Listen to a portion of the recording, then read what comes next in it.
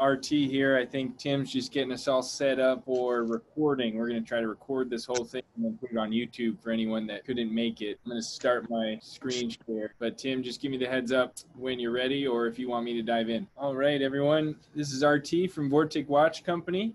Looks like everything's working and recording. So unless I hear otherwise, I'm just going to dive in.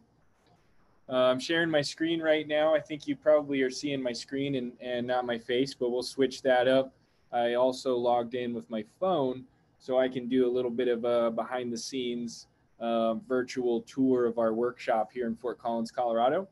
But I put together a few slides just trying to answer some really frequently asked questions and tell a little bit of our story. Vortic Watch Company was started in 2013 by myself, RT Custer, and Tyler Wolf, my business partner. We actually had the idea on the golf course at Penn State after school. That was my junior year of college. I was an industrial engineering major at Penn State, and Tyler was a math major. Neither one of us were really watch people. We were just young people interested in watches. For me, I was more interested in the engineering behind a watch than the watch itself, and honestly continue to be today. That's why we do it. We're engineers and machinists, not necessarily watchmakers. I like to say we preserve American history one watch at a time because, you know, that's basically what we do. And I put together this video just to show you a few of our watches, a little behind the scenes. We do three things. We make one new watch a day. We basically salvage antique American pocket watches and turn them into one-of-a-kind wristwatches. So everything inside the watch is an antique, including the dial, the hands, and the movement. And then everything outside the watch is modern. And we manufacture the case and the glass and all that stuff here in Colorado or elsewhere in America. It's a 100% American-made product. If you didn't know, there were 10 great American watch companies. And there was a lot more. There was smaller companies, there was private labels, there was jewelry stores. But these 10 companies we call the Great American Watch Companies. And, you know, you can see them here on the slide, put some other information around here. Basically, our retail price of all of our products is $1,500 to $5,000 or so. We have some newer models coming on the upper range of that this year. We make about 500 watches every year. And there were at least, I mean, it was over 100 million jeweled movements made in America by these 10 companies, Elgin being the largest. You know, those of you that know your watch history, Elgin made 55 million jeweled movements, Waltham made 40 million, and then Illinois made 15 million. So just those three companies were most of the industry back then. And we're talking the railroad age of America. You know, mid 1800s to mid 1900s is really where we specialize. And we convert those antique pocket watches into wristwatches.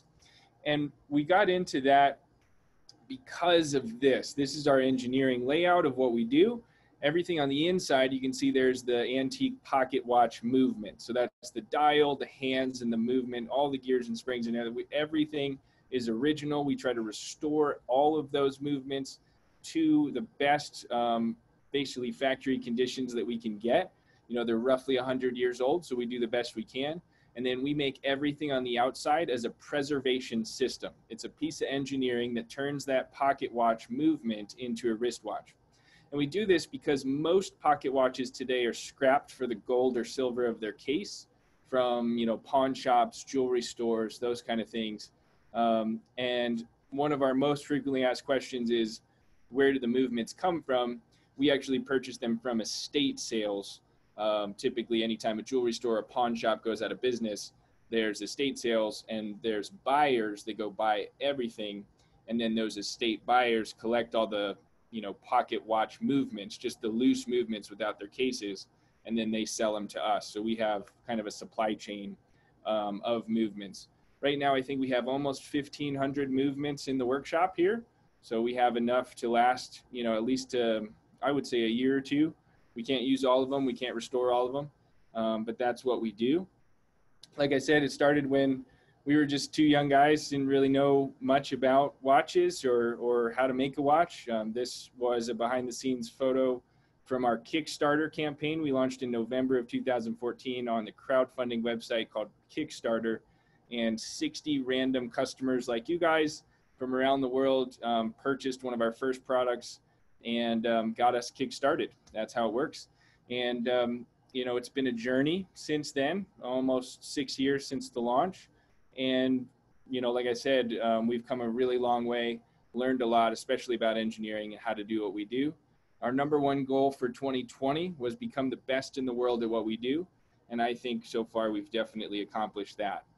And this is what we do. So we do three things, really simple. We make a watch of the day. So every single day, 365 days a year, we convert one unique American pocket watch into a wristwatch, and we list it for sale on our website. We call it the watch of the day. We post it every day on social media so you can see it. Right now, they sell typically within 2 or 3 days. They don't last long, and we don't make very many, and we won't make any more. So that is what we do. We make one new one-of-a-kind watch every day.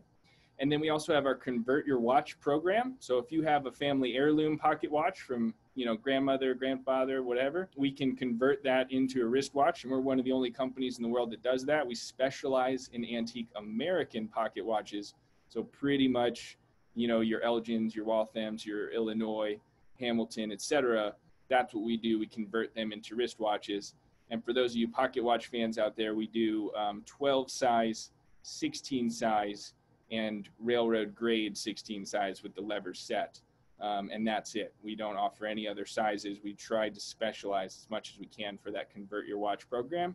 But we have 1 or 2 new pocket watches, family heirlooms, arrive to this workshop every week at this point. We're doing a large portion of our business is that service of converting family heirlooms. And then finally, we do limited editions. The military edition is the best example. Every year on Veterans Day, this year's November 11th, we make 50 of these. That's actually the Hamilton 4992B GCT pocket watch. We turn that into a wristwatch, and we call it the military edition. I'm going to do a little unboxing for you here, kind of behind the scenes, so you can see what one of those looks like up close. But we made 50 of those last year. We sold 46 in the first 8 hours when we launched last year. I expect this year's 50 to go pretty fast as well, but that's a limited edition, and we plan to make other limited editions sometime in the future. And that's what they look like. We have hundreds now, probably almost, I would say 1,500, getting close to 2,000 happy customers. We have a lot of customers that have multiple watches. I have one customer that has dozens of our watches. So we have a lot of people that are collecting them, but lots and lots of happy customers. If you check out our Facebook page or our Google reviews page, you can see all kinds of 5-star reviews. That really makes me proud of what we do. But that is what we do, and that's our story in a nutshell. And if it's okay right now, I'm going to switch, or try to switch, we'll see how the technology works, to my phone. And then I'm going to do a brief tour of the workshop, and then we'll come back here in the front room and I can answer questions and anything else that you all want me to do. And Tim, maybe at that point after the tour, you can take over and kind of lead a Q&A, and we'll go from there. So let me try to switch. Bear with me for 1 second as I mute myself here and switch over. Okay, I think we're okay now. If you can't hear me, raise your hand or wave at me, but I think we're good. So again, I'm RT. Thanks for coming and checking this out today. I'm in our front room here in the shop, just a small 10 by 10 here. There we go. All right. Look at that. I figured it out. So this is the shop here in the front room. Just have a little sales office here. This is where I sit. And Bella, you probably saw her behind me. She helps me out. All the guys are at lunch today right now. But we have 2,000 square feet here in the workshop. And we separate it pretty simply. We have straight ahead of me our manufacturing room, where we have our 3 CNC machines. We have 2 vertical machines and a lathe. And then to the left, we have our assembly room, or our clean room. And that is where we have all of the final assembly for the watches. The rest of this space over here to my left is where my business partner Tyler sits to manage the machines. And our big, huge pallet that we turned into a table, and that's our shipping table. I have a bunch of awesome stuff laid out for you there. So we'll do a quick tour, and then I'll show you what the watches look like up close. I forgot to say, this room right here, this is actually where we take all the photos of the watches. So we have a computer set up here, camera, and then these are the next couple watches coming to you. We take photos of each watch individually so that we can post each watch in our Watch of the Day program. And then this is a whole setup with a backlight. And then if I look up here, everything around me has LED lights. So this whole room that I'm standing in is actually a light box, so that when we put a watch on something like this, there's nothing but white background. It just looks like a beautiful shot. I have to thank my friend Darren for building this room for us. He's a professional photographer. Say hi to Bella. She lets us in to the machine room. We use only Haas machines, and I'm going to talk as loud as I can over the whine of the machine. This is inside our main VM2. It's actually a mold making machine, so we can have a lot of space but hold really tight tolerances. And this is a pallet that we use to make our military edition cases. And so I'm wearing the military edition right now. So this is the case, this black outer rim of the watch. All of that starts in these two pieces of titanium right here. That's the main case, and that's the case back. That's how they start, just a chunk of titanium. And then we go in one at a time and do different operations. You can see we even tag the operations here. The lugs, the left lugs, and then the case tube. You can see we're going to cut that here. So that is almost a finished product. And basically every time we hit go on this machine, it does 1/7 of the watch in each of these locations. And so we rotate. I take this, put it on here, take that, put it on there, etc. And then every time we get one watch totally finished. We're making 50 of these military editions this year, and that's how we're doing it. I have my other machines over here on, so you can see if you've never seen what a CNC machine looks like as it's going. You really can't see what's happening because of the coolant, but right now we're making buckles and tangs. So we're making the buckles for the watches in there, and that's called a tombstone. And that whole thing that we're looking at in the center will rotate periodically, and we can make 4 different parts every time we hit go. Like I said, a Haas machine, made in USA, in Los Angeles, all run off of code. And that very loud noise is our air compressor. They wanted to say hi. So there it is. And then we have our lathe. And in the lathe, it's almost impossible to see, but we can make tiny little parts on the lathe. And so let me see if I can get close to one here. We're making stems. So that's my finger there, and it's gonna not focus well, but that's a stem to wind the watch. And we made that stem from this bar that's coming in, big long bar worth of stainless steel coming in here, and we're cutting the stems one by one. And when we finish, they pop out, and we can take them out and go from there. And just for reference, this is one military edition case, totally finished in there. So that's our machine room. So I'll come back out here. Final step in making a watch. There you go, it's nice and quiet. Laser engraver. So we can put inside this machine, we do our laser engraving of the back of the watch. Probably hard to see, but made in USA, serial number, all that. We laser etch that into the case back on that machine. And then as I keep coming around here, this is our clean room. You won't be able to feel it, but there's a rush of air as you open the door from this HVAC system. We pump 10 times as much air into the room as goes out of the room. And so it's actually a negative pressure in here. And really the whole room is lined with all of our parts and inventory and pieces. Those of you that are watchmakers, you can tell we painted the floor I think it's a Bergeon matte color. I don't know if they trademarked that color. We tried to get as close as we could to the floor. Makes it easy to find parts and pieces if you drop anything. But in here we have all of our different cases. Everything has a label and a place. We're actually pretty low on inventory right now, but you can see all of our different case colors. And then all of our other parts here, like our leather straps. We partnered with Worn and Wound for our straps. These are made in Manhattan. and have 15 different colors now, thanks to them. And as we go around the room, you can see just the rest of our shipping system, inventory, storage. These bins back here are full of antique American pocket watches. And I have a whole bunch of them out there in the workshop that I can show you. But that's all of our inventory of antiques there. And then we have our testing machines. Thank you to Jules Burrell for getting us these. Got 2 of these. These basically mimic what it's like to be on your wrist. All of our watches are manually wound, so we wind them up every day. And we use this clock here to make sure they're on time once a day. If they're on time and keeping accurate time for 7 straight days, that's as close as we can get to actually wearing your watch and making sure it's going to work when it gets to you. So that's how we do our testing. Here's a couple of watches that we're shipping tomorrow.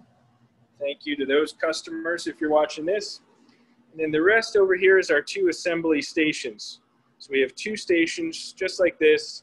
Derek and Evan are putting together watches. We actually have an open position right now, but our watchmakers assemble the watches. They take all the different components, put them together one at a time, and that's how it works.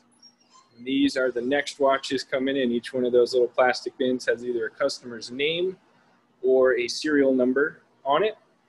And inside the bin is basically what we need to make the watch. Case, the movements in that tin, keep it out of the dust.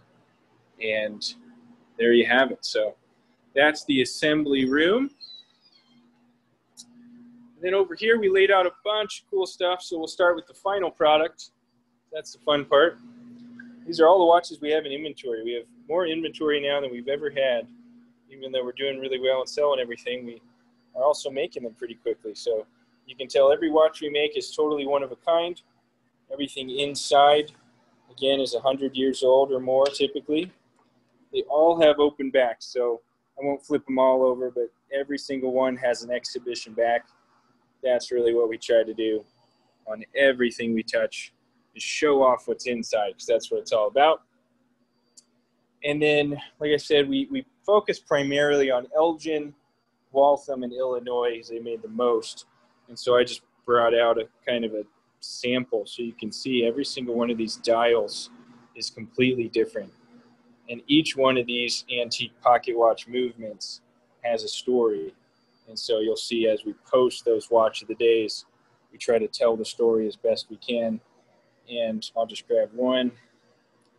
The movements are just amazing. That's why we do it. And then these are the military edition pocket watches. If anyone knows the Hamilton 4992B, you know probably what that tray is worth. And it's a lot, so I'm going to probably put it back in the safe after this. But these are the next batch this year. Back in the day, if you flew on a B bomber, you had one of these. This is from my personal collection. This is actually the gimbal system that it was mounted in. And there's springs in there that held the pocket watch on the navigator's desk in a bomber aircraft during World War II. And these were used during the daylight bombing campaigns that the Americans did back then. Fun fact, or not so fun fact, if you took off from Europe in a B-17 and flew over Nazi Germany during World War II, you only had a 50% chance of landing. So a lot of these are survivors, literally, of that. I'm going to hand my phone to Bella, and I'm going to do a quick unboxing of the military edition. So our military watches come in one of these. This is also vintage, very heavy, very expensive to ship, but totally worth it. Inside the box, we have custom foam for everything. We try to make every watch we build for a customer an experience in every way. And so this is our military edition box, booklet, extra packaging materials, extra straps for the watch itself. With every military edition watch, you get one of these for your nightstand, cut from a block of aluminum here in the workshop. And inside of this is actually the original pocket watch case. So most movements we use are like the ones I showed you before, where we don't get the case. But for these, as you saw over here, we do get the case. And so we send you as the customer the case, the crown, the stem, everything you would need, that if you ever wanted to take this out and make it a pocket watch again, you totally could. And so we put all that together for you, and we try to do, again, everything the right way. This is for your nightstand, like I said, so you can put that there, hold your watch, all your extra straps go here. We try to do everything the way that we would want it as a customer, even a winding tool. These pocket watches, these military pocket watches, have a lot of power reserve. And so we made this tool to make it easier for you to wind it. It even fits on your keychain and goes right there. So that's the military edition. This is just one example. It's on my wrist too, but everything inside is from those old pocket watches. The 4992B, true 24-hour dial, titanium case, crown, hardware, all made right here in the workshop. That is the military edition. That's one example of what we do. And then, just the packaging of our standard watch. So if you buy one of our Watch of the Day watches, it's going to come in a wooden box made right across the street, 50 yards from us. These wooden boxes are made at a door factory, and they use the excess wood from making their doors, basically the scrap wood, to make these boxes for us, which I think just fits right into our story. Each watch comes with a booklet to tell you all about it, and then inside you have your watch. And this also gets gift wrapped so that you have the full experience. But that's what all of our traditional watches look like. We call that the American Artisan Series. And then just so you can see the size difference, this is a 12 size, which is 46 millimeters. Then we have a 16 size pendant set or stem set, which means I can change the time just with the crown, right? And then we have the Railroad Edition, which are the lever set movements. And this one is 51. So we have 46, 49, which is also the military is 49, and then 51. Those are our diameters of our watches. A lot of people ask us about the Railroad Edition. We have a whole separate division of our website about this watch, but we invented a system that protects the dial when you take the bezel off. So on the old pocket watches, when you took the bezel off, everything came off. We keep the glass on there, and then you get to the lever right here. So I'll pull the lever out so you can see it. You got your lever right there. When I push the lever back in, that's actually the safety mechanism for how I change the time. So now it's in wind mode. When I pull the lever out, I can change the time. When I push that lever back in, it's in safety mode. And then I put my bezel back on, and now it's water resistant again, also with that open back. So that's our Railroad Edition. Those are our sizes. And that's it, short tour. Again, 2,000 square feet. I'll give you another look here. We got a whole bunch of storage in the back. But that's everything here at Vortic Watch Company. Again, we are in Fort Collins, Colorado. We're northeast of town. We're about an hour north of Denver. Travel's a little weird right now, but when it's not, you're absolutely more than welcome to come visit us anytime. We'll show you everything. Obviously, this video is going on the internet, so we have nothing to hide. We're very proud of what we've built here. And honestly, I look forward to meeting any of you when you come. So that's all I have, Tim, as far as tour and behind the scenes and all that. So maybe I'm going to pull up the chat, see if there's any questions in the chat. Terry Jones here, RT. What's the status of the legal question with Hamilton? Yeah, great question. Sorry, I was just switching my audio. So for those that don't know, we got a cease and desist from the Swatch Group, which owns Hamilton Watch Company, or the trademark to Hamilton, back in 2015. We got an official lawsuit in July of 2017, and we took them to federal court in February of 2020. And I defended myself and the company. They sued me personally too. And basically they don't want us to take antique Hamilton pocket watches and turn them into wristwatches. The law is on our side, in my opinion. I'm not an attorney, but from everything I've studied and read across the last 5 years, everything seems to be on our side. The judge was very favorable to us. And to answer your question, we have no word yet. It's currently August. I thought we'd find out in March or April, but the world is weird right now. So for us, to be totally honest, we're just proceeding forward because we believe in every way that we're not doing anything wrong, and we never have. And so we're going to take pocket watches and turn them into wristwatches. And if somebody has a problem with that, well, they already sued us, so I don't know what else they can do, but that's where we're at. We're just going to keep making them. And right now you can't buy what we call the Lancaster, which is a Hamilton pocket watch converted to a Vortic wristwatch.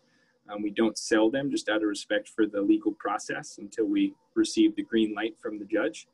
But if you have a family heirloom pocket watch that happens to be Hamilton, you want us to convert it, that's a service that's completely outside the scope of the lawsuit, and we can absolutely do that for you. So great question. I see a few questions in the chat, so I'm going to just answer those real quick. And then, like I said, after that, we can take some other questions. Do you have any that wind at 3 o'clock? So little background, anything with the crown at 12 o'clock is called an open face pocket watch. That means the glass was on the front and the crown was at 12 o'clock. And probably a dress watch. That's where a lot of our pocket watches come from. And that's called open face. When the crown's at 3 o'clock, it's typically called hunting style. And that's those cases that work like a clamshell. When you push a button, the case comes down. And looks like we're getting a delivery, so we're figuring that out. But the case comes down in a clamshell, and that's called a hunting case. And the hunting cases have the crowns at 3 o'clock. And yes, to answer your question, we do sometimes make those hunting style pocket watches into wristwatches. The crowns at 3 o'clock on those. Our crowns are a little larger because we had to basically reinvent the way they're set and wound. And so I typically recommend the 12 o'clock crown because it's out of the way. It's a larger watch. It looks different. But of course, if you want one of those, we do them, I would say, once a month as part of our Watch of the Day program. And we can make one anytime if you have one and want to send it to us. Or if you want to do a custom project, just shoot us an email anytime. Do you have any real watchmakers in the shop? Fantastic question. I am not a watchmaker. None of my team has studied watchmaking. The actual taking apart of the movement and restoring it piece by piece, the true real watchmaking gets done by our professional watchmakers that are in different parts of the country. Some of them might be on this call. Hi, Chris. Hi, Bob, if you're listening. Eugene, how's it going? They're in Dallas, Boston, and Washington, D.C., and we're always recruiting more. They are contractors of Vortic Watch Company. I've been trying to convince watchmakers to move here and work for us here in Colorado. I thought it'd be easy. Colorado's awesome. But a lot of watchmakers, they have their own jewelry store or workshop and they don't want to move. And I respect that. And so a little more logistics on our part, but we package up the pocket watches, ship them to them, they restore them, and then they ship them back to us and we assemble them into watches here in the workshop. Fantastic question. Are there any watches in a smaller size? So we tried to make both 0 size and 6 size pocket watches into wristwatches before. And the biggest problem with those, typically those were ladies' pocket watches, or some people call them gentlemen pocket watches back in the day. The problem with those smaller pocket watches is A, they didn't make very many of them, so parts are really hard to find. And B, they tend to be a little more fragile. And so we've made a few, but we won't make them anymore. Just because it's not something that we can warranty or protect and put our name on it. And for those reasons, we're just going to stick to our 12 size, 16 size, and we're doing great. And we're trying to keep it that way and not take on any super custom, hard to do things right now, especially in these times. Fantastic question though. Vortic Watch Company will at some point make other products not involving pocket watches that will be smaller. So if you like our designs and engineering, we'll have other products for you at some point, hopefully soon. I wish it were faster to make new things. Where do you get the pocket watches? So we buy from estate sales, auctions. Of course, people send us their family heirlooms. Jones and Horan Auction House, if you ever want a really good, really high-end pocket watch or vintage wristwatch, they're your people.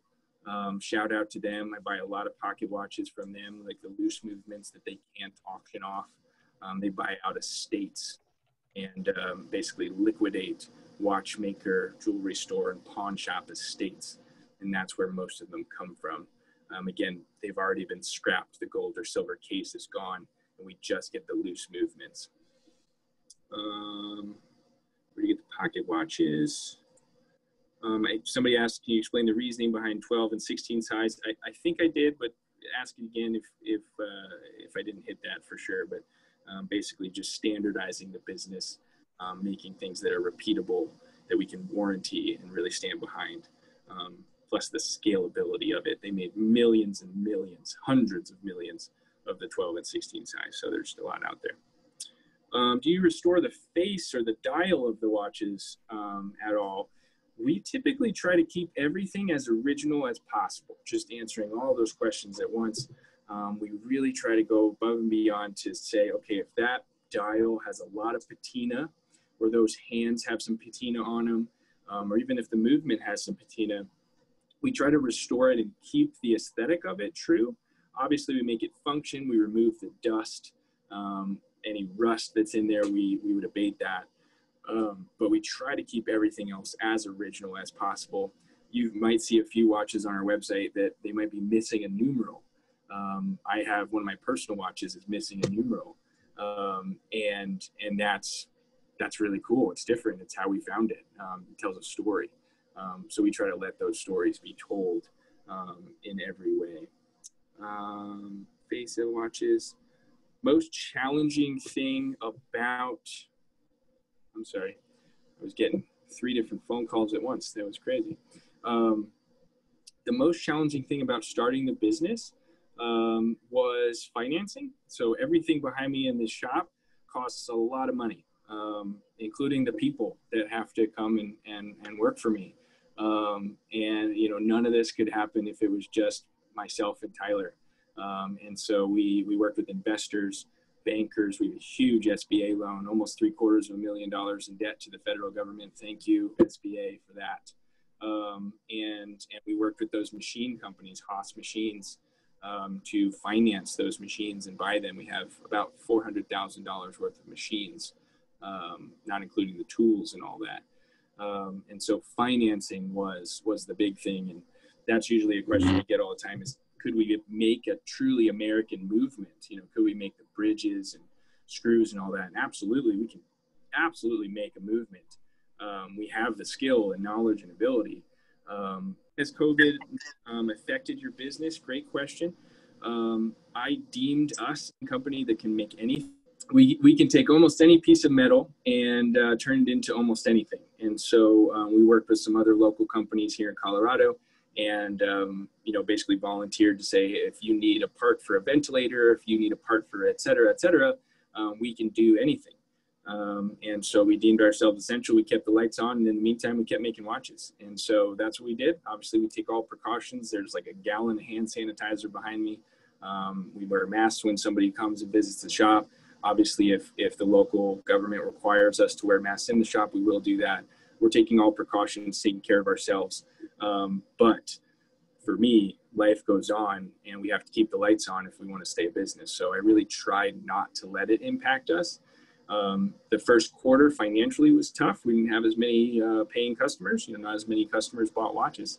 But the last few months have been record months for us. I think people out there are spending their typical travel budgets on watches because they can't travel. They're not visiting restaurants as much as they did. And so they're supporting companies like mine. And thank you for that if you're one of our customers and you're listening. Are the military ones all the same price? Technically, that last year we had like different upgrades that you could do. They started at $5,000, and you could, for $500 extra, you could get a special engraving, and for another $500, you could get some other, like you choose your serial number and all that stuff. This year, we're going to standardize everything, and everything will be the same price just to make it easier on everybody. Great question.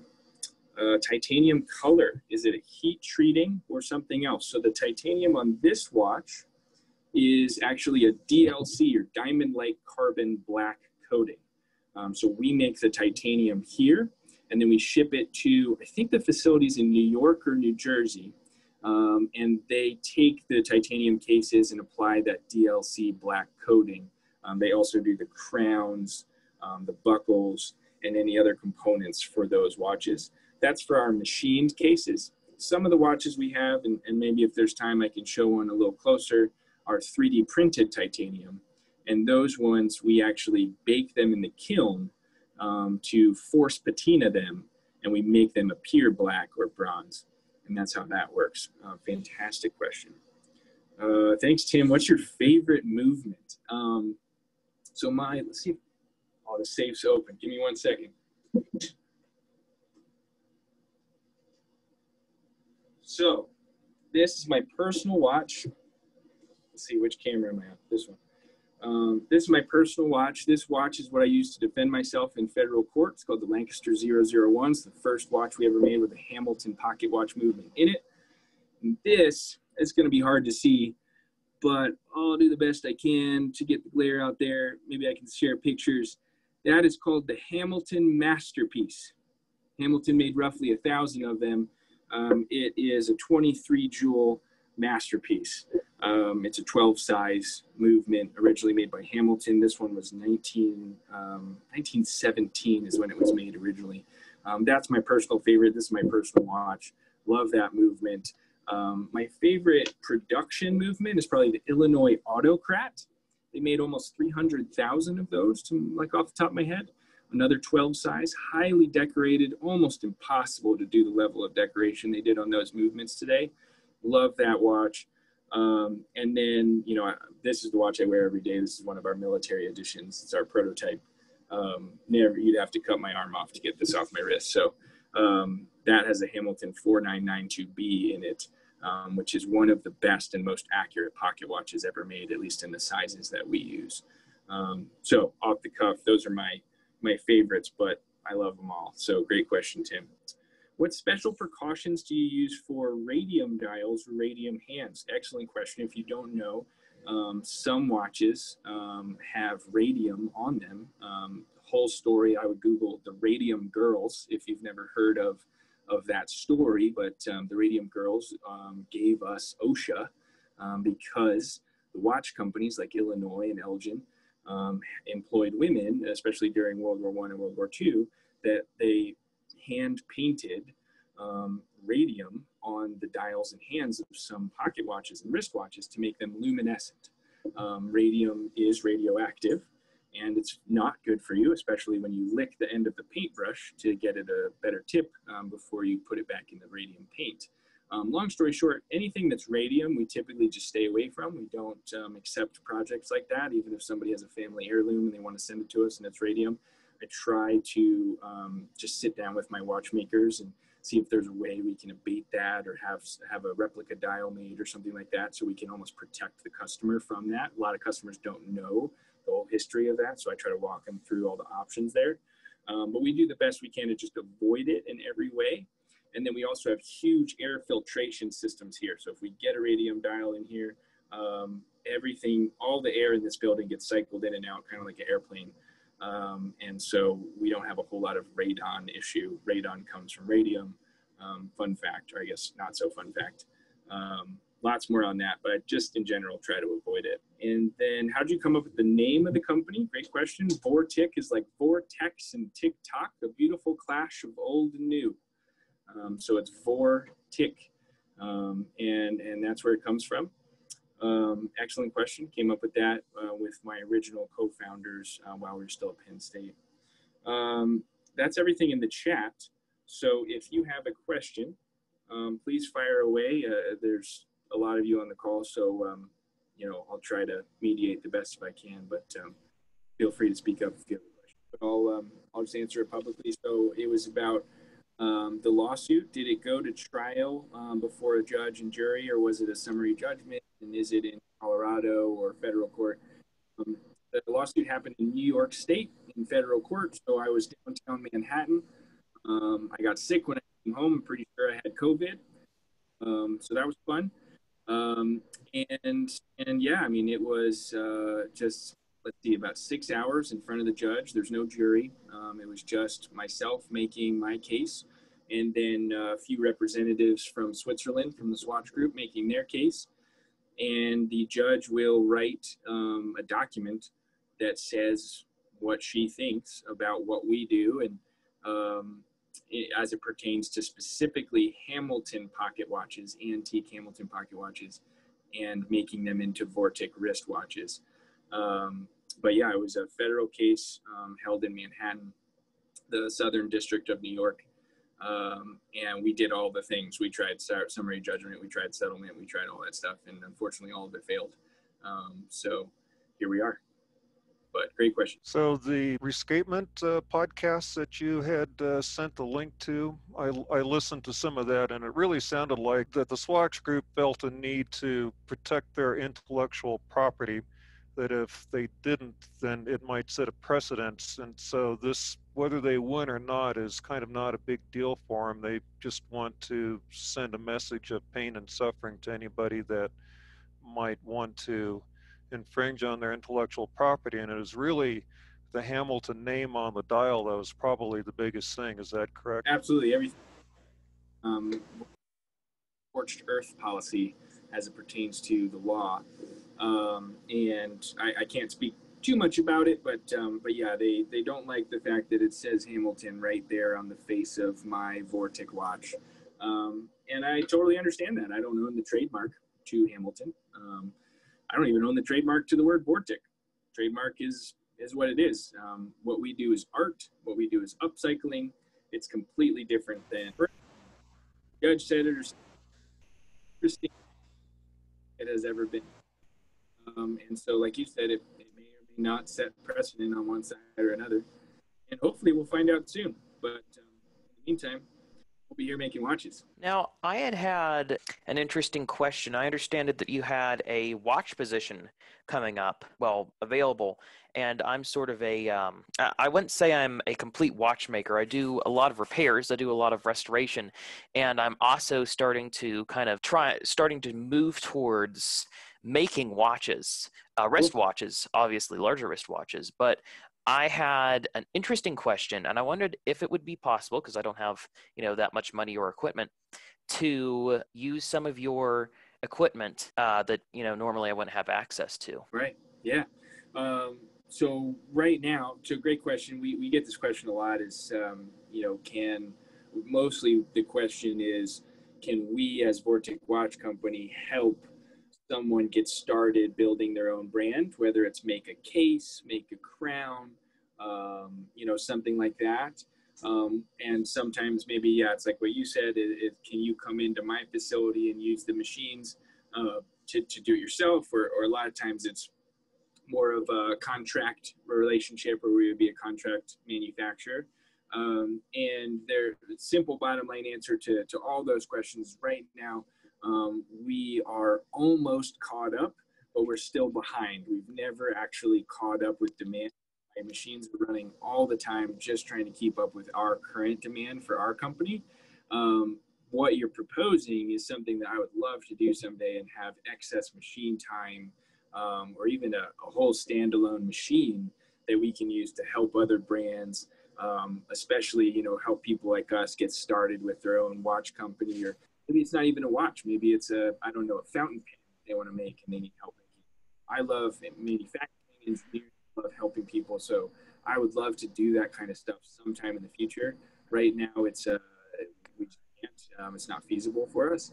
But I do foresee that being an option, hopefully with 2-3 years or so. And I'll have to come and tour your facility. Yeah, no, let's connect separately. For everyone, my email is really simple. rt@vorticwatches.com. So just my initials, like Robert Thomas, rt@ our web address. Give me an email anytime. We can schedule a tour. We can talk watches, what have you. I'd love to help. I'm going to check the chat again. Great question. Do you ever have any internships? We currently don't. We've thought about that a lot, having people come in and learn for a summer or something like that. And who knows what, with everything in the world, what internships and summer internships even look like at this point. But we currently don't. We've thought about it a lot. Right now, we call all of our entry-level positions apprenticeships, where you start here in the shop, and we teach you everything you need to know from start to finish, whether it's in our customer service department, whether it's packaging and shipping, whether it's actually assembling watches. At some point, I think we can have like true watchmaker apprentices, where once we have a watchmaker here in the shop, we can teach the restoration of pocket watches here. Those are all dreams of mine that I hope to come true really soon.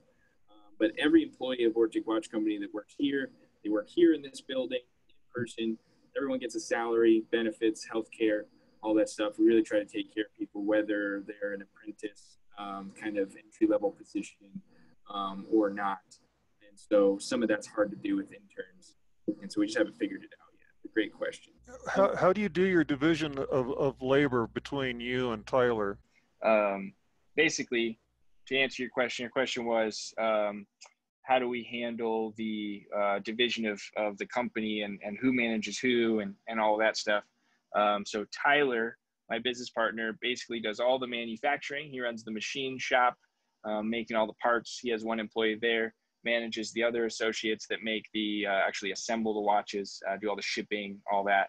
And then I handle and manage everyone that helps us with customer service, sales, marketing, advertising, etc. And it's a pretty even split as far as business versus manufacturing. And there's currently 6 of us. We have 2 open positions that we're doing final interviews and sending offers for right now. And so there'll soon to be 8 of us in total at Vortic Watch Company. Awesome, thank you. So in terms of buying the question. Haas machine, does the tooling for watchmaking and case making, is that pretty standard, or did you have to create things? Did you go to Switzerland and see how they did things? Tyler and I were lucky enough to tour Eterna Manufacturing about 3.5 years ago, and we learned a lot, and they were really open with how they make things and what tools they use and all that. We have very different machines than they do, and we're doing very different things. We're not making movements or bridges or anything like that. We're just making cases.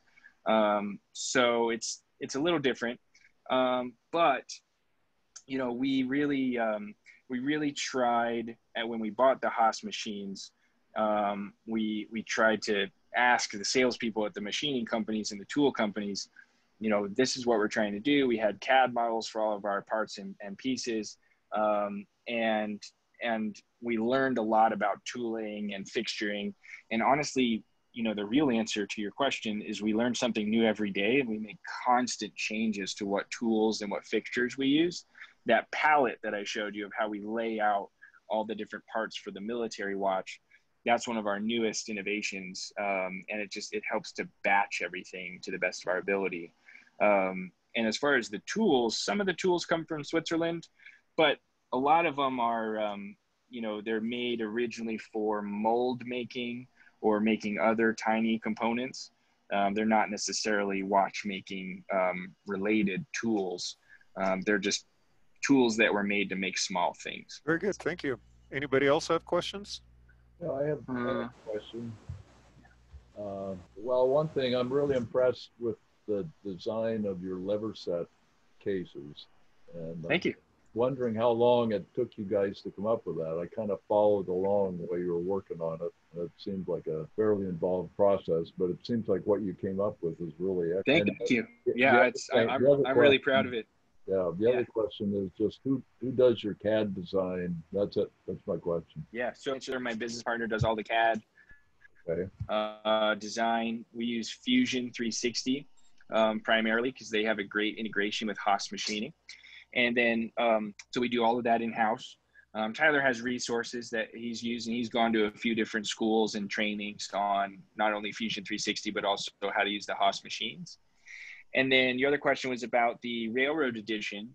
And if there's any Railroad Edition customers on the line or watching this afterwards, first thing I have to say is thank you for your patience, because to answer your question, it took almost 3 years to develop just that lever set, extra bezel that's a separate bezel that seals with the water resistance. It took almost 3 years, which is about a year and a half longer than we thought. And so a lot of our first customers had to wait a really long time for that. But the consensus from them, our first customers, is that it was worth every day that they had to wait. And I would agree. I'm really proud of how that turned out. And, you know, we really tried to go back to the roots of the company and say, if the mission is to preserve the antique movement inside, how do we do that the best? And that was, you know, keep the glass on the watch even when you take the dial off, so the customer can't touch the dial or the hands. The lever is actually a modern component that we make, so we replace the antique lever with one of ours, and that way if the customer 5 now takes the lever accidentally, you know, by using it, it's a part that we made and we can easily replace. We give the customer back the original lever, try to keep it all original. We've even thought about manufacturing modern replicas of levers for, you know, pocket watch collectors and watchmakers, because we can. I mean, we made that lever component. We actually, I think it's on our YouTube, we have a video of how we made the lever for a Rockford indicator, which is an extremely rare pocket watch. And we made a special lever just for that pocket watch. It turned out, I mean, beautiful. So anyway, thank you. Yeah, it took a really long time to build that Railroad Edition, but we're very, very proud of it. And we don't make very many, but when we do, they sell almost immediately. So it seems like people like them too. RT, I have a question, but first I want to thank you and Tim for doing this.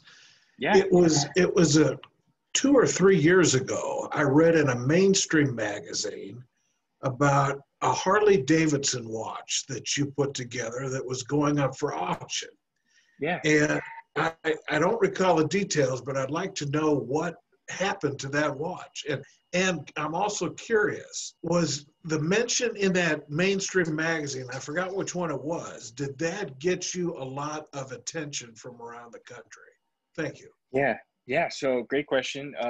And gosh, I can't believe that was almost probably 3 years ago at this point that we made that Harley watch. So it was the Harley Davidson Owners Magazine. So if you own a Harley, you get that magazine. And I don't, so I'm not sure exactly how many people that goes to. But we had a multi-page editorial in that magazine. Long story short, we found an antique South Bend pocket watch with the Harley Davidson logo appeared. It seemed to be hand painted on the dial. Most likely, and I asked some of our advisors, we have historians, watch historians on our advisory board to help us figure out these things. And the consensus was that it was likely a standard South Bend pocket watch made in the 1915, 1917 range, if I recall.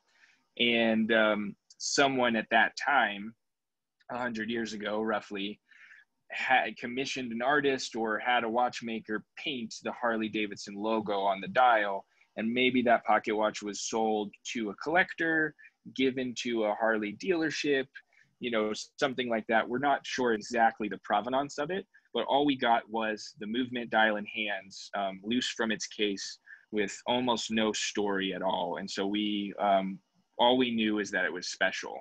And so we reached out to Harley specifically, and basically just asked if we could do anything with this. And they have a foundation.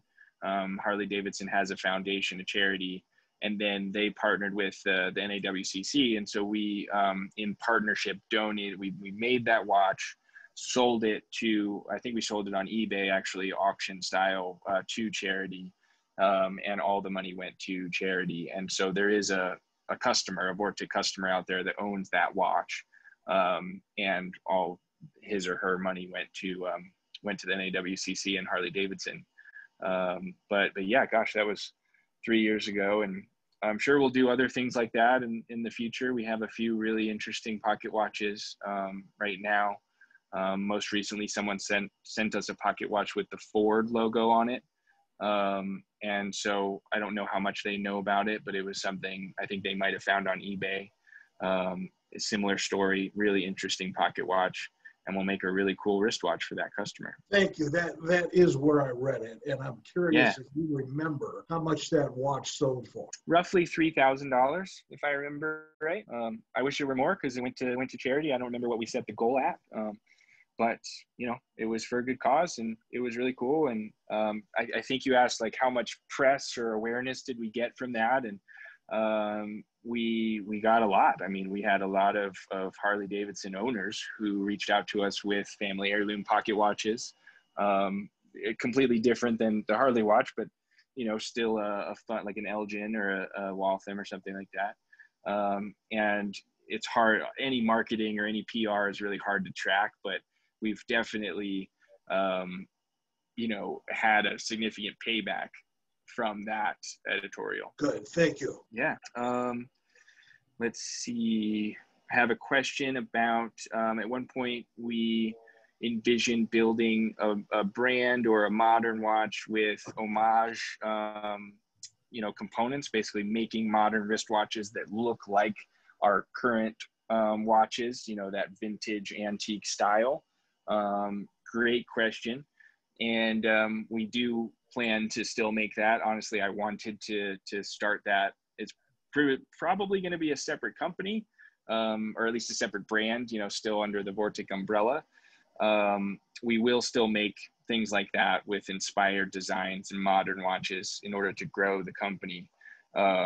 We wanted to do it in 2020, but right now we just decided, we're just going to keep doing what we're doing, and hopefully we'll come out with something like that next year at some point. Great question. Off-topic question also from that same person. Thank you. About our social stick. That's my idea. It's totally separate. I had this crazy idea when the whole COVID thing went down to create a stick that is exactly 6 feet long, that extends from 11 inches, that fits in your pocket, and you can use it to measure proper social distancing. And we're selling them like crazy. And it's like just an Amazon product that we make, and it's doing really well. And it's also right now it's helping people. We're selling them to teachers.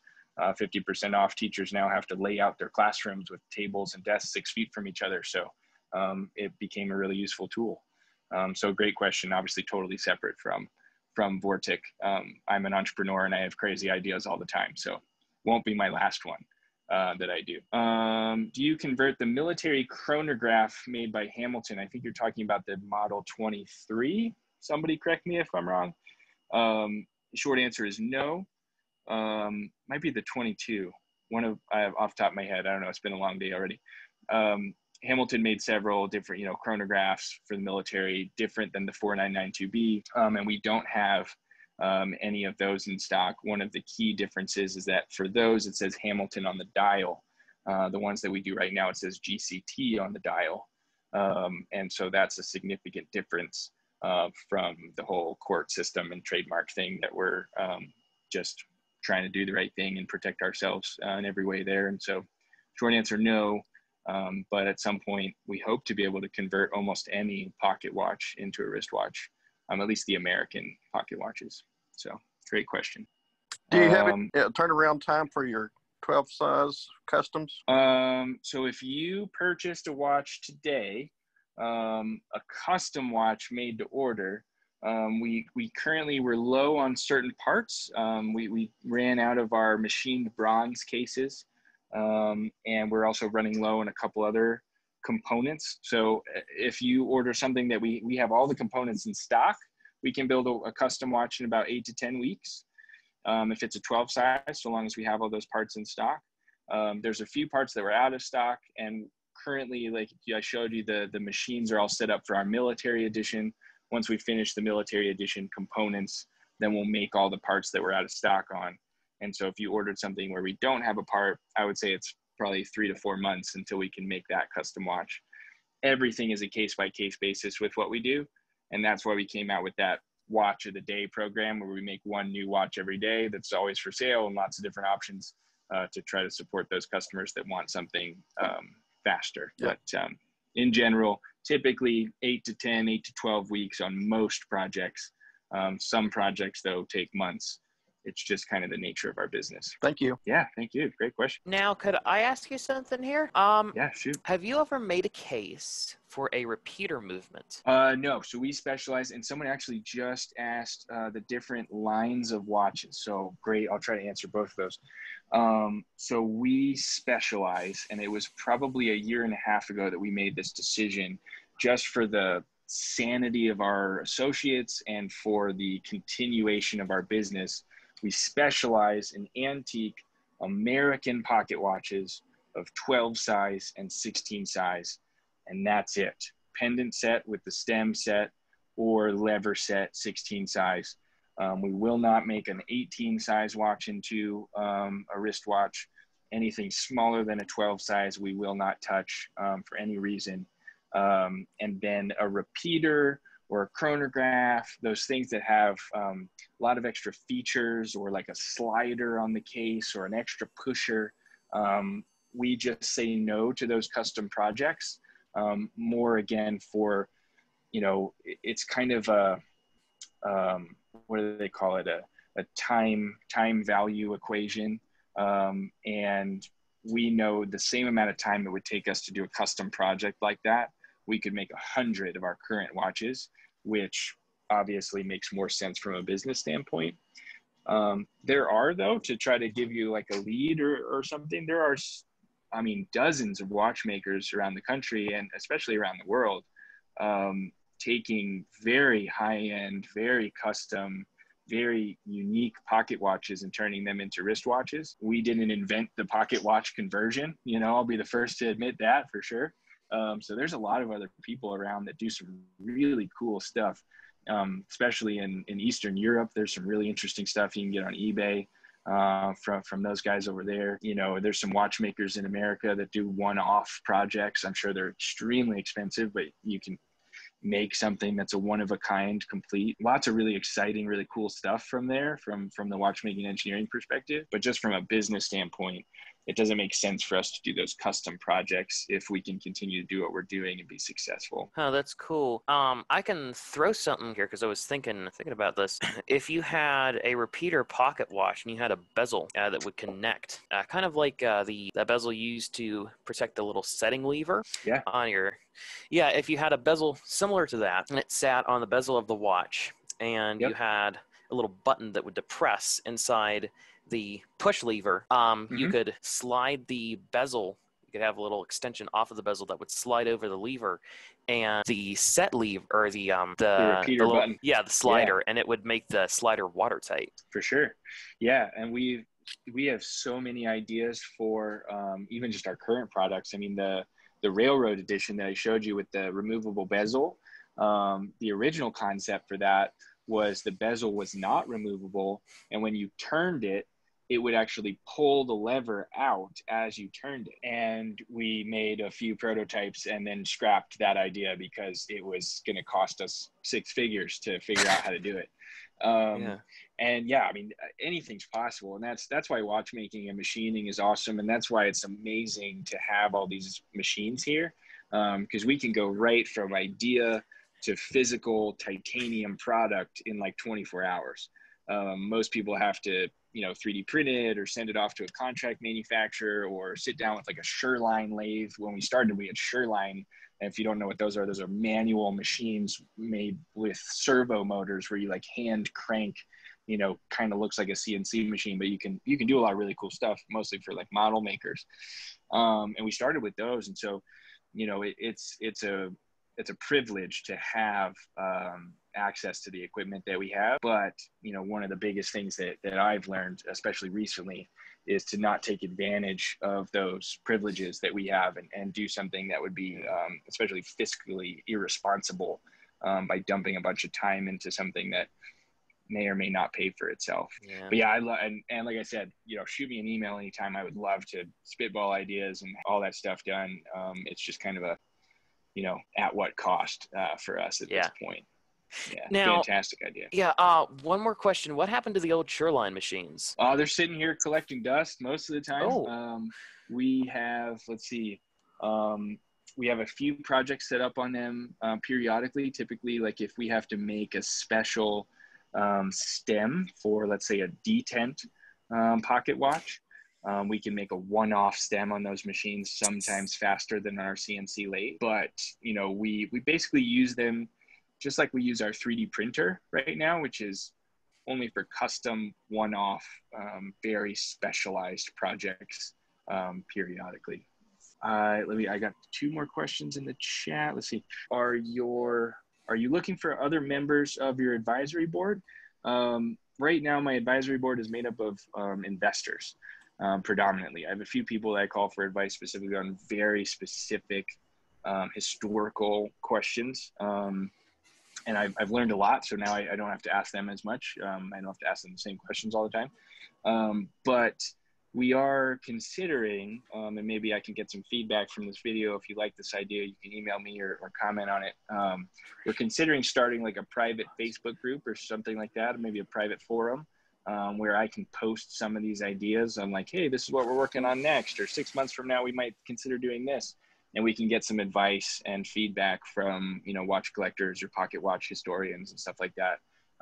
I'd love to have almost like a little community of people that just want to see what we're working on and want to help. So I've strongly considered that. And I think if I get enough requests for that, I'll probably do it.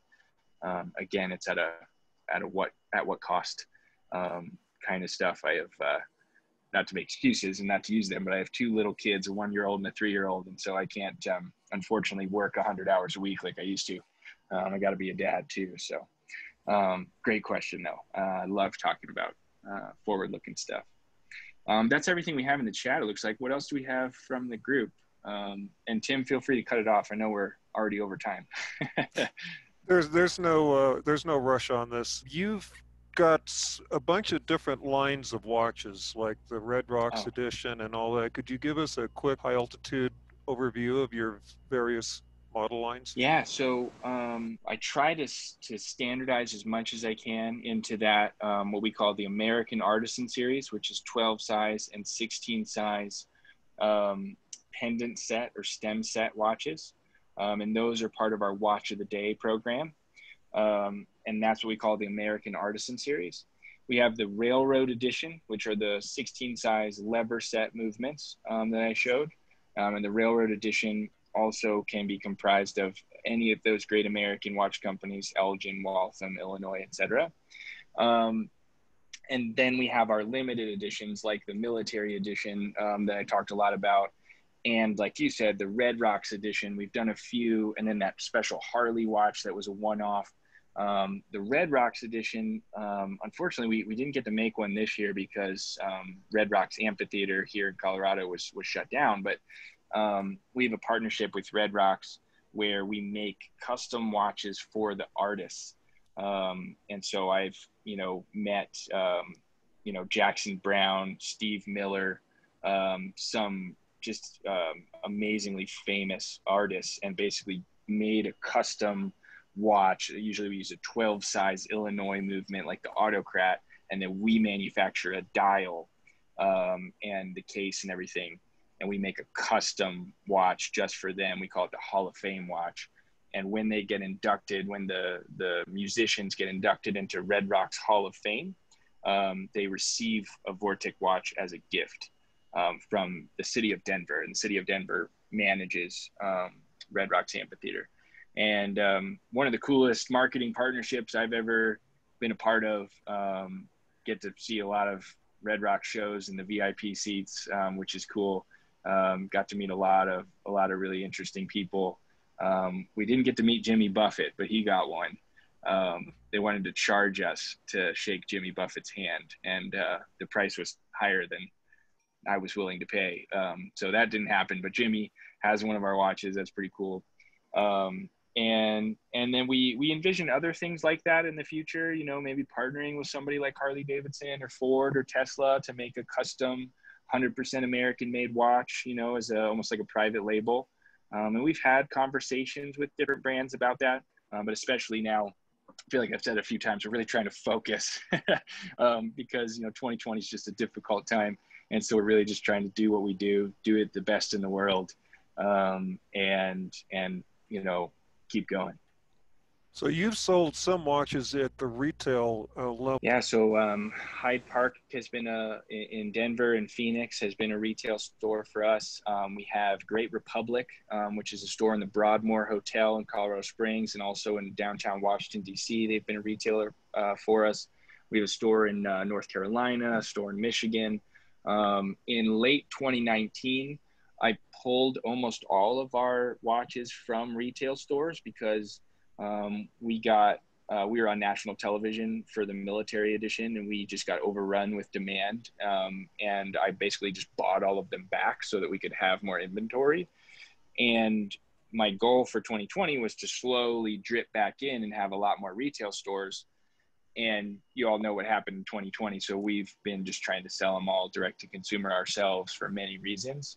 But we do still have a few of those relationships set up, like the Great Republic in Washington, D.C. and our store in North Carolina. They all still have Vortic watches for sale. And I think, depending on what happens in the world, we'll still continue to sell watches wholesale so customers can see them in person in their part of the country. That's really the benefit. We actually have watches in Sturgis right now. It's the only event in the country, I think. So we sent watches up to an art gallery in Sturgis, and they're on display there. So we try to do as much of that as we can. That's pretty awesome. You've had an extremely busy trade show scheduled the previous 2 years during peak times. You were traveling the country like every weekend. Yeah, I tried to take at least one trip a month to a different trade show or art fair or something like that. The most recent one was Art Deco Miami, which is a really cool little art fair, in South Beach, and it's in January. So great time to be in Miami. Obviously that was right before all the COVID stuff happened, but I was in January and I was in Miami in January. And, we try to get to Chicago and Boston at least once a year because those are hot spots for people that have their grandfather's or grandmother's pocket watch. A lot of people from those regions have family heirlooms, so I try to do a lot of marketing there. I've been to LA a few times on shows. I've never been to the Northwest, but I really hope to get there someday. And yeah, I miss traveling. I miss it a lot. I used to do it all the time. I love those shows. I love showing people watches in person. It's kind of in lieu to not being able to be in very many retail stores because we don't make very many watches. I try to go to those shows and then, email our list and say, hey, I'll be in Chicago for 3 days. Come and check us out. And hopefully we'll be able to do that again someday. Everything in this year until, even the show I had in Chicago in December of 2020 has been canceled. So I don't know what that looks like, but that's why we're doing this, right, Tim? It's like, let's get as close to in person as we can and show some watches and go from there. Absolutely. How much did these shows aid your selling of watches? Did you see a spike in sales afterwards? A spike, not necessarily. Our sales cycle is typically 6 months, from the time you learn about Vortic Watch Company until you actually make your first purchase. On average seems to be about 6 months based on our, after sales surveys and stuff like that. And so sometimes though we get sales right on the spot. People will buy a watch just that they fall in love with. They see it at a show and they'll just buy it right off the table from me right there. What happens the most though is going to those shows introduces a lot of new people to the brand. And I get the question of, can you restore and convert my grandfather's pocket watch, at that event? And I meet a lot of people that want that service. And so over the next month or two, we get people mailing us those pocket watches as family heirlooms for conversion because they met me at one of those shows. And so that's why we do it, is awareness, basically. Okay. Terry Jones is on listening, and he visited you several weeks ago and brought you a watch to convert. So he probably wants to know where it's at in the cycle. Yeah, I can pull up my tracker. You're very good at keeping us informed. I think I got an email that when they were putting it together, the spring and the watch broke, so they had to send it back to repair to put a Yeah. new spring in. So that's Need a fine. new That's mainspring. extra work for you, but you're eating that cost. So Yep. Yeah, it happens to us all the time. My watch. Yeah, no, it's in process, and yeah, that's one of the reasons we really want a watchmaker here in Fort Collins, is so that if a watch is missing a part or needs a replacement part, like a mainspring is typically the thing that we need to replace.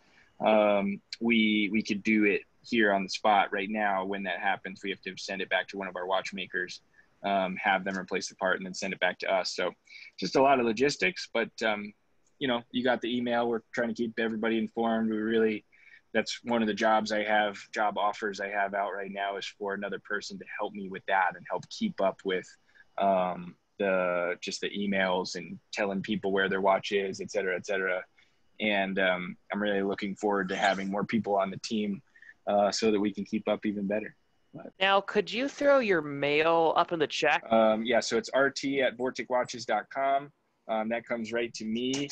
If you have a family heirloom pocket watch or something like that, and you want to send it to us, just send an email to info@vorticwatches.com, and that comes here to the front room in the shop, and we'll review the pictures that you send and all that stuff. But real simple, just rt@vorticwatches.com. That's the best way to get to me. I answer my email every day. So, and thank you for your questions. Great ones. I really appreciate you hopping on today.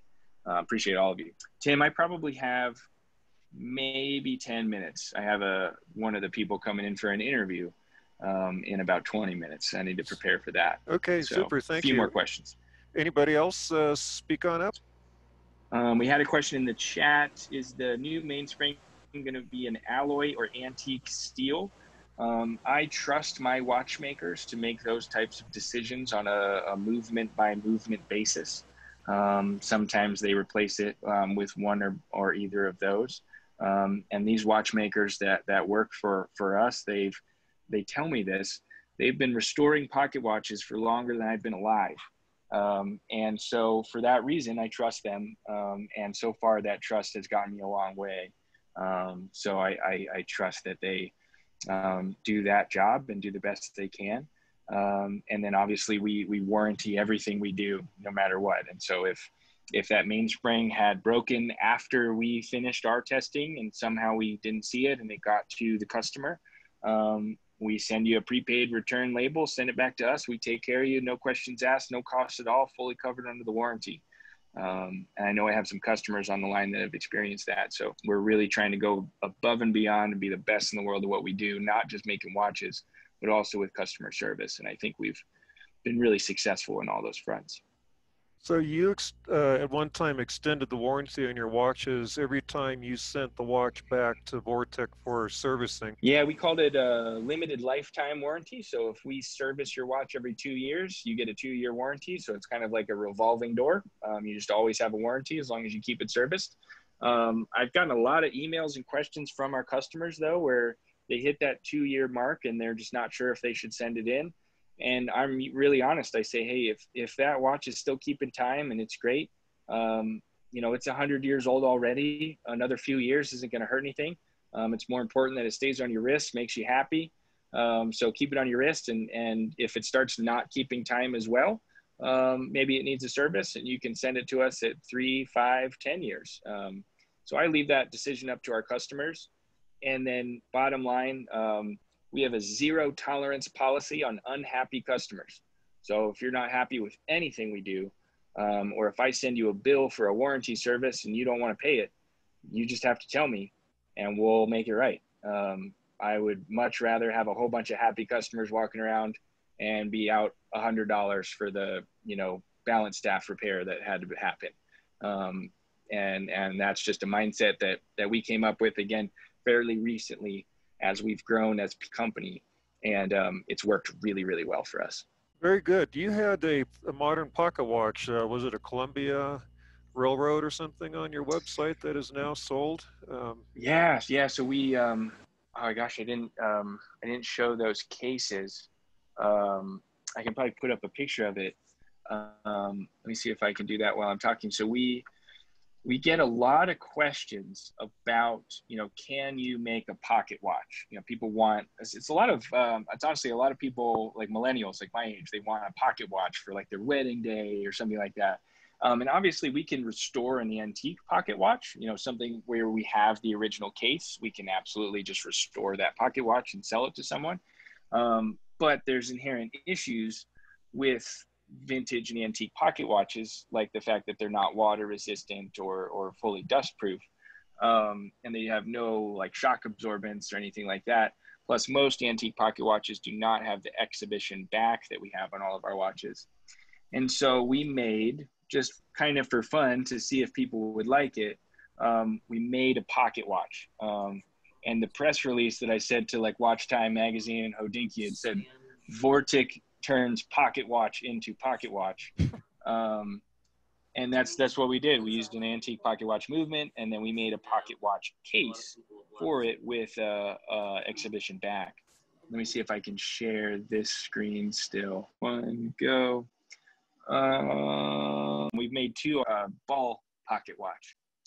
And basically, we took a 16 size railroad grade ball Hamilton. So it's made by Hamilton 4-ball.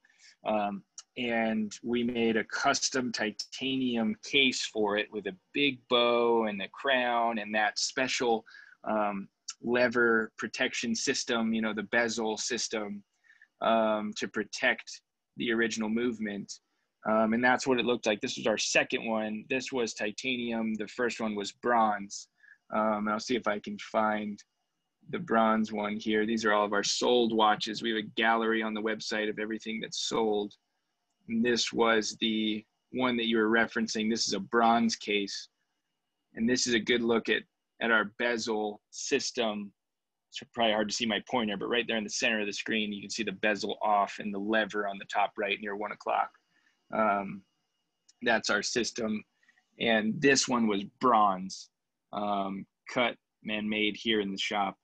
Now, the biggest problem with this is we don't have a good way to make pocket watch chains. And so for these two watches, we just sourced, actually worked with Jones Horan Auction House, and we sourced vintage and antique pocket watch chains to put on those watches. But yeah, those were fun projects, and one lasted 24 minutes and the other one lasted 2 hours before they sold. So we're probably going to keep making them because people seem to like them. Awesome. It's nice to get a pocket watch that's waterproof. Yeah, fully water resistant. It's titanium, so it's lighter than it was. The one is bronze, so it'll patina over time. Those two customers are, I think both of them are repeat customers. They already own 3 or 4 of our watches. So it's more of a collector's piece, I think, for those two customers. Beautiful. Anybody else have any questions before RT has to leave? He's already past his time, I think. Maybe a couple minutes. We'll see. You always wonder if the interviewee is going to arrive early. It's probably a good thing if they do. So. Well, I'm not hearing any questions. I'm not seeing any chat. Cool. So, yeah. Thanks, Tim, for doing this. This is great. Yeah, thank you for coming. This has really been a great show. This has really been awesome, and best of luck trying to find your new employees and surviving this crazy time. And thank you. For everybody out there, you should go to both the Vortic website and go to the Vortic Watches YouTube channel. You've got over 150 videos up there, including manufacturing tours and all kinds of other stuff. So there's a lot of information out there. You've been a very busy company. We try. We do the best we can, and I try to say yes as much as I can. I said yes to this. I'm really glad I did. So thanks again, Tim, for hosting this. Thanks everyone for coming. This was fun, and like I said, you all are welcome to come here anytime and tour. And then certainly welcome to send me an email, rt@vorticwatches.com. Comes right to my phone. So I'd love to help out in any way that I can. Thank you so much for your time. Thank you, everybody, for attending. Yeah, thank you all.